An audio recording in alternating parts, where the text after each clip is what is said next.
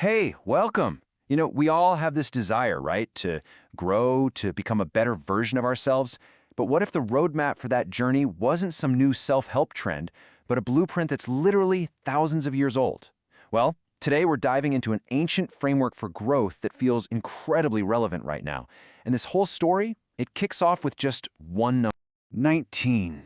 So, what's so special about 19?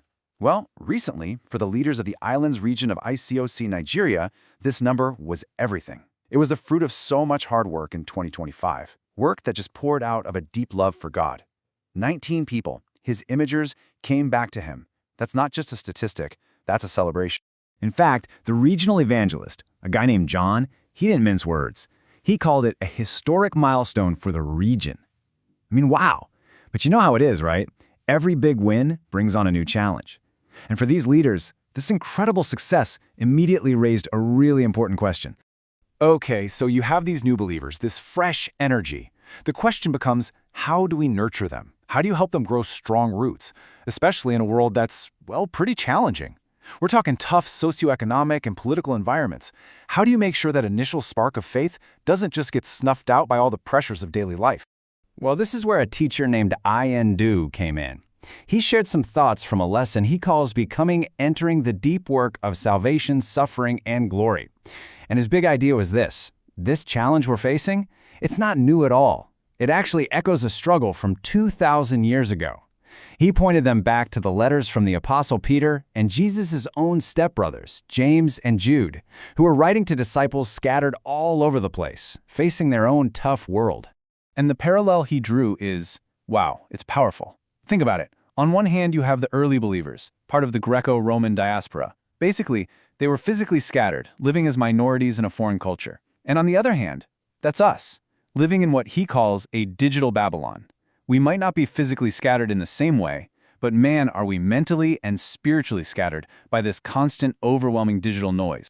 I mean, look at this. The core pressures, they're exactly the same. The pressure to conform, to just blend in.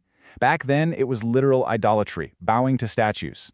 Today, it's the idolatry of technology, of materialism, of self. The risk of spiritual compromise is just as real now as it was then.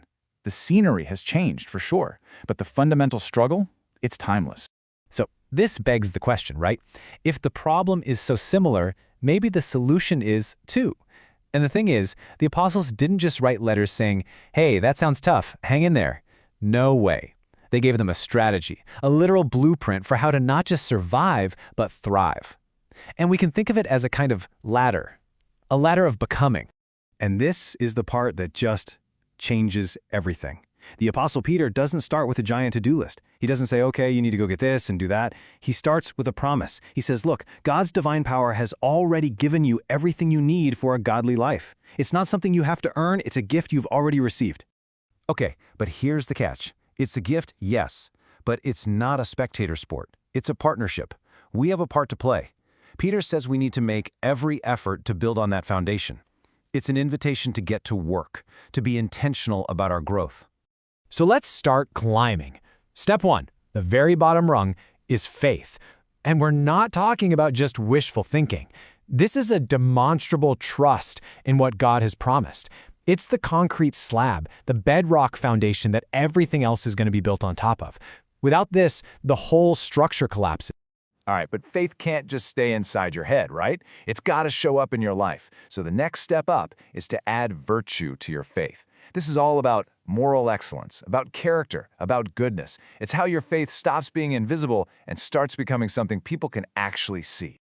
Now, trying to be good without a roadmap is tough. So, on top of virtue, we add the next rung, knowledge. And this isn't about acing a test or winning at Trivial Pursuit. This is a deep, transformative understanding of the truth that actually guides your actions and fuels real change. And what good is knowledge if you don't act on it? That knowledge empowers the next crucial step, self-control.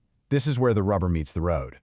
It's about taking what you know and actually doing it, mastering your own impulses before they end up mastering you.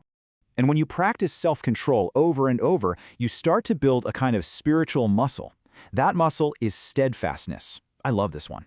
The original Greek word literally means to stay under. It's about having the endurance to stay put and hold on when life gets heavy and the pressure is on. It's grit. This whole journey, this whole climb, it all leads up to the summit. You get godliness, where you start to actually reflect the character of God. Then comes brotherly affection, a real, genuine love for the people around you. And then, the absolute peak of the mountain, agape love. This is that selfless, unconditional, no strings attached kind of love. It's the ultimate goal, the truest expression of faith in action. So you can imagine, for the leaders in Nigeria hearing this, it was a total game changer.